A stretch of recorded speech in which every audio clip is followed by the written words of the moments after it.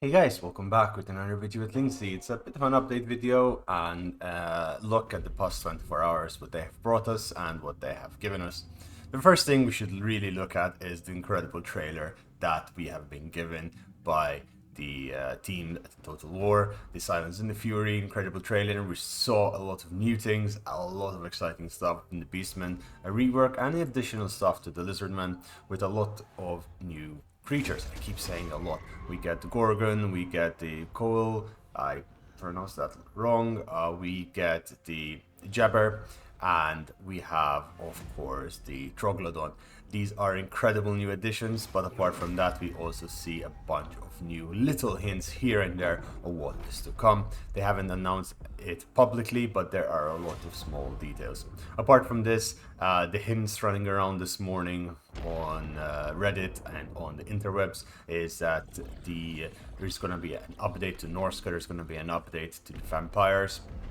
And of course, we know through the blog post they published yesterday that there is a dwarf DLC, or rather I say FLC Lord coming in, and that's being hinted at being THOREK Ironbow, as being the guy coming in, the legendary runesmith of Karak Azul.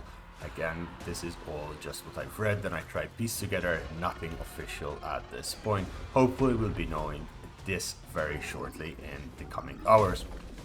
Apart from this, seeing the Beastmen getting so many upgrades, the auto resolve getting fixed, and now we can understand exactly what is happening. Although I do believe it needs a little bit more tweaks, but that will come along through user feedback, and that is where you and I come along.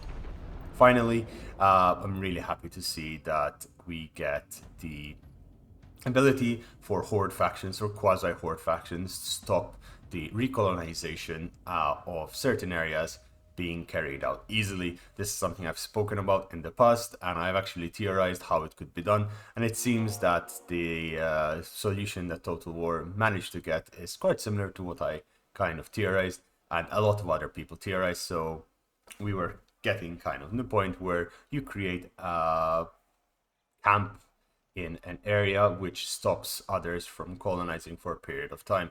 This will definitely help in terms of campaigns, as it will allow you to clear and be a bit more strategic in your use of clearing and not stopping the countless rune dwellers that existed on the map. But we're not here to talk all about that. That will be for another video. No, right now we're going to be talking about the latest blog post that came out this morning on July the 2nd. And it is fantastic. The OGRE Mercenaries and the Uncertain Call to Slaughter in Total War Warhammer 2. This hints at the Ogre Kingdom to be the actual pre-order DLC or the pre-game DLC for Warhammer 3, not the sadness in my heart as I say this, not the Chaos Dwarfs or the Chaos Dwarfs as many would say. This in itself is absolutely exciting because the Ogre Kingdoms themselves are insanely fun to play with on the tabletop. From what I saw, from what I read, they're incredibly funky and wonky faction with a lot of improvised weapons and scavenging, but they do love fighting, and the best part is they do love eating, and as you all know, I love eating as well. So I can relate a little, my Skaven heart can relate with their hunger. And with that, let's get into how they will work. They're mercenaries, so they introduced mercenaries to Total War Warhammer 2. The Total War Warhammer franchise did not have mercenaries up to now, and this could open the door. This opens the door to any other mercenaries. If you're playing as the Empire, you can hire dwarf mercenaries. Hopefully this will be something they implement in the futures. If this is liked, the Ogre Kingdom Mercenaries is liked, we will definitely see an opportunity of it having other factions offer their mercenary forces to others.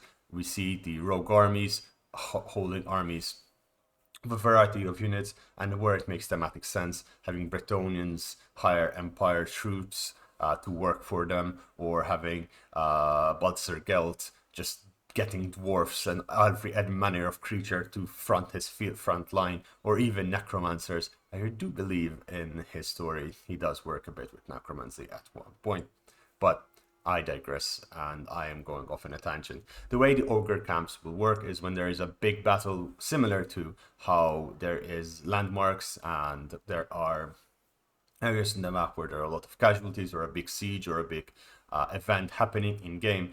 With regards to this, we already see the vampire counts in the vampire coast being able to recruit a large amount of undead units. The OGRE Mercenaries will be something similar. They're of course incredibly powerful units, so you're going to have to pay extra, and they're mercenaries, so expect them to be ridiculously expensive, something you hire for a short period of time and then using them to fight and get the upper edge in a battle you are losing. And this will be quite interesting because strategically speaking, it's a big disadvantage of paying a large amount of money, but the advantage does pay off if you manage to win otherwise impossibly, but seemingly impossible battles.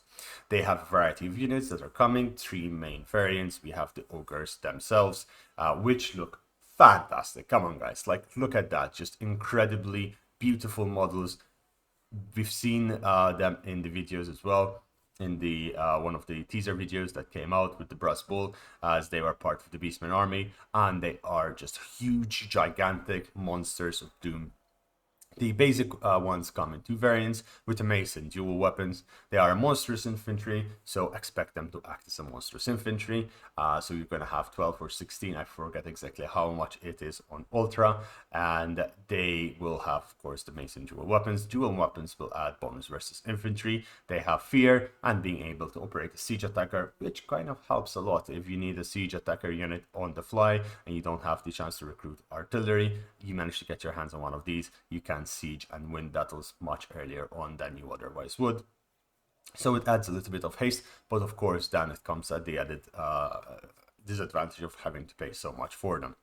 The Ogre Man-Eaters are the second variant. They are pistol and Ogre pistol variety, which functions similar to the Free Company Militia. They fire so running forward, but it's quite comical to see pirate lookalikes just are like around 8-10 feet tall, gigantic, around the size of 3 or 4 human beings strapped together into one giant body. They will also have, of course, their cybers to fight with, and then there's the other variant, the great weapons, a gigantic maul to hit and crush with, as we know in the Total War franchise. Specifically also to Total War Warhammer, large weapons, so great weapons give you extra armor piercing, meaning that you're going to be doing much more damage, or in this case they're going to give you damage versus large, which is fantastic and will be lovely to see. But the most exciting thing I have for you guys today is the Mournfang cavalry, and this looks just incredible, just absolutely beautiful. It is an incredibly well designed cavalry unit, and as CA says, it's a monster, a man-eating monster on top of a man-eating monster. It's what looks like a hybrid between a saber-toothed tiger and a mammoth, and then sprinkled with some chaos energies in all along, because hey, why not? It's, you know, I mean, there's nothing we could say, just armor piercing top tier unit. This is going to be an incredible addition to any army. And honestly, thinking about it, this might also herald the beginning of monstrous cavalry at being actually effective. Demigryph Knights are fantastic as they are, but let's be honest, they always had something missing. If this monstrous cavalry works, we will know that the bears for Kislev will work in Warhammer 3, and of course the Warriors of Khorne on top of their giant demons will also function fantastically. With that said, ladies and gentlemen, all I can tell you is keep your eyes peeled and your ears on the ground. Listen for any rumblings on the internet. Please let me know if you do find anything, because I do sometimes tend to miss. You can let me know on my Discord, which you're more than welcome to join, and the link is down below. Today at 4 p.m. on 2nd of July, there should be more news about the dwarfs, free LC Lord, and of course everything else that's coming out for free in this patch/DLC. This is more of a pre-patch, pre-preparation for Warhammer 3, and I am more excited about this than I have been in a long time. It's been a while since I've done this freeform content. I do miss it myself, so I'll try to mix it in with my recent content, which I do invite you to go check out. I have been making guides, scripted, very focused guides on small specific things. If you do want me to go deep dive into a specific subject, do let me know in the comments below, or again on the Discord if you wish to join. Finally, I wish you all a good day, take care, and I'll see you on the battlefield. Bye bye.